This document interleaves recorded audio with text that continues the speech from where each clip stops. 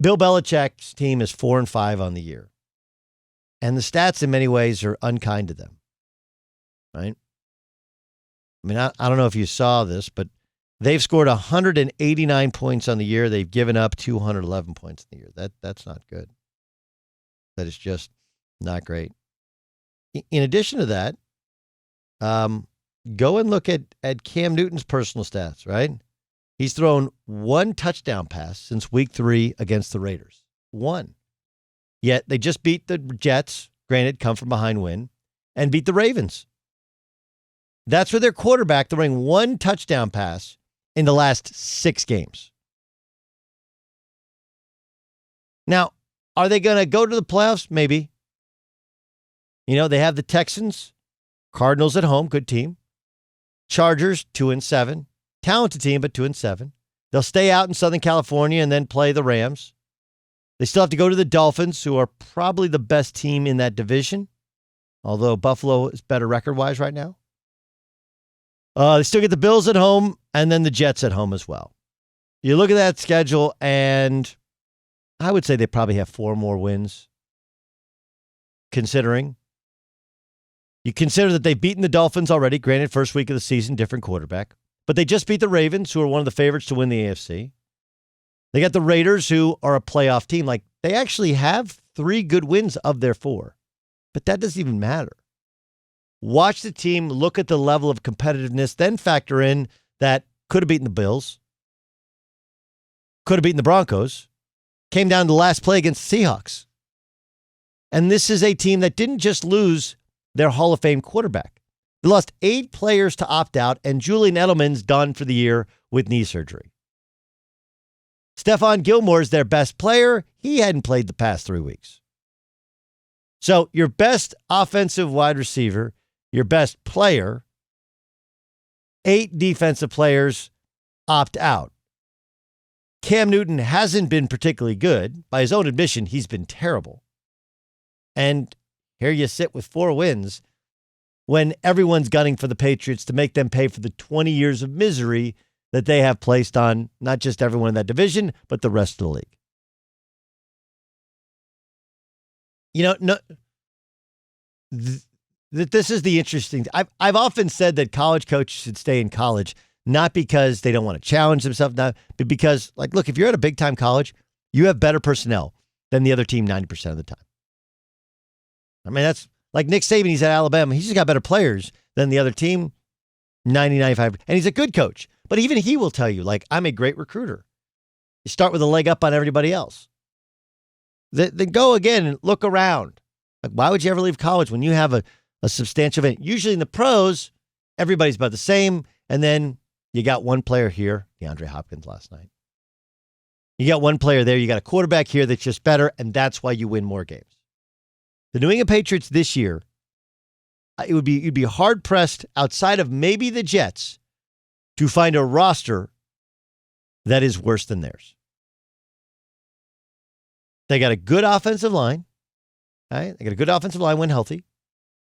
They have nothing special at wide receiver, nothing special or proven at tight end. They haven't been healthy at running back. And even there, like last night, you had a guy run like his life depended on it because his football life did, in fact, depend on it. Right? Damian Harris, 121 yards, 22 carries. I mean, Jacoby Myers is like another converted quarterback who's making big catches on 4th down and finding the first down. Like, there's no, look around that roster. No Patrick Chung, no Dante Hightower, no Gilmore. Who do you want on that team? And whether or not they get to the playoffs, don't get the playoffs, get to 500, get to 9 wins, they're competitive because the coach won't allow them. Their culture won't allow them to be anything but. In a way in which I've told people that Dick Bennett is a Hall of Famer, I would say that Bill Belichick, regardless of the Super Bowls, what he's doing with this Patriots roster is that of the greatest coaching job he's probably ever done. And he had a team that went 18-0 and lost on a couple fluky plays in the Super Bowl. And this is a better coaching job. And I bet if you asked him, he would say the exact same thing. The exact same thing.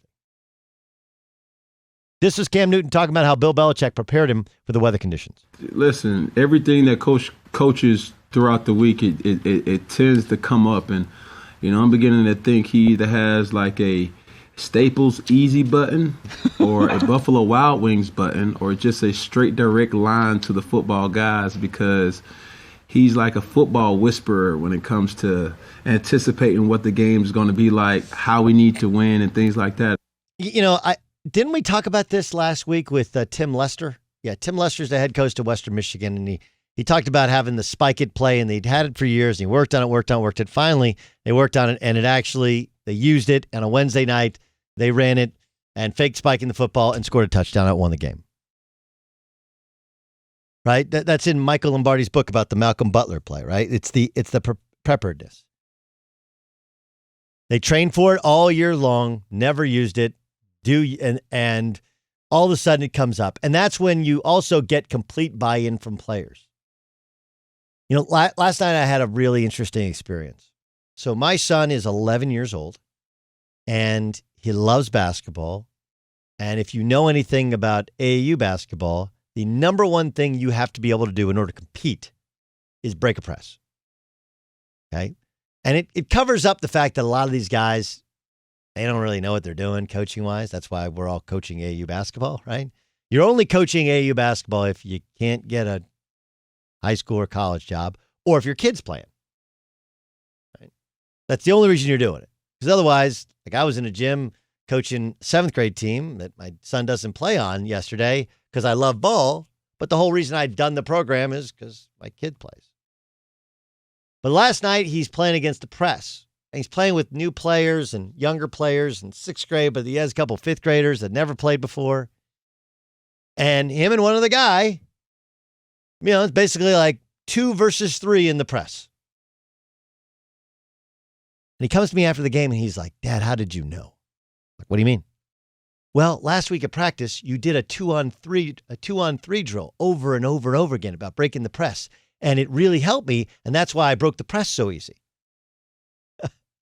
And I said, "Well, because I've done this before. I know how it works. I knew," right? Like, that's coaching. Knowing what's coming, preparing your guys for what's coming, and when they see what's coming and they execute the way in which you tell them to execute and it works, they're like, "Oh my God, I'll do anything this guy says." Belichick does that more than anybody else. He's winning with a roster no one else could win with. He's competing where no one else could compete. It's not even close. The old chess versus checkers, that's Belichick. And John Harbaugh's not a bad coach. It's not. But there's a different level to what Belichick's doing. Okay, this from a source. Result of medical evaluations performed today on Saints quarterback Drew Brees revealed that he has multiple rib fractures on both sides of his chest and a collapsed lung on the right side. Injury suffered over 2 weeks. It is uncertain how much time he may miss. Drew Brees suffered 2 fractured ribs Sunday against the Niners and 3 others in the right side the previous week against the Bucs that were not seen on an X-ray until today. Brees has been advised to be cautious with the collapsed lung. That's from Ed Werder. He always has more. So this is a great opportunity for Jameis Winston. And in many ways, the limitations of that offense were because people thought, Drew Brees can't throw the football downfield. Some of it was accurate. Some of it was also that they didn't have Michael Thomas. You don't have Michael Thomas, and you have Drew Brees, can't throw the ball downfield. Makes it difficult. So, I mean, and then you look at the schedule that's in front of them, and this sets up very much like a Teddy Bridgewater type of situation, right?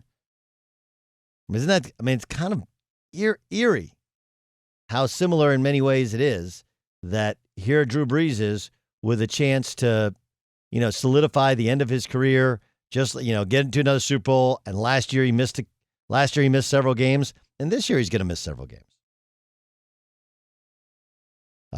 I look at New Orleans, and I think this is fascinating theater because the only person that people think could maybe help or save Jameis Winston is somebody like a Sean Payton, right? Another quarterback guru, just like the quarterback guru he came from. And it's interesting that, yes, Brady was great yesterday, and they were explosive yesterday. They're doing so against Carolina Panthers, but it doesn't matter. he was really good. They were really good. Let's not take anything away from a team that hangs 40 in an NFL game there. But, for years in Tampa, he was saddled with a bad team, with a bad defense that he had to make plays on his own. Now he's got the Falcons, the Broncos, the Falcons again. Now, it's fair to say that the Falcons know him, having played against him, but it would also be fair to say how much better is it going to be when he has Sean Payton calling plays for him. The next month of games, Falcons, Broncos, Falcons, Eagles, but, the Eagles are so depleted by injury. Before they even get to the Chiefs, if Drew Brees returns by then, or the Vikings and the Panthers, there's only really one good team on their schedule. So the betting on yourself worked for Cam. Even if Cam isn't that good and doesn't become a starting quarterback next year, he's gotten enough opportunities to show himself and to have an offense built around what he does best. Now Jameis Winston bet on himself, and he's going to get an opportunity.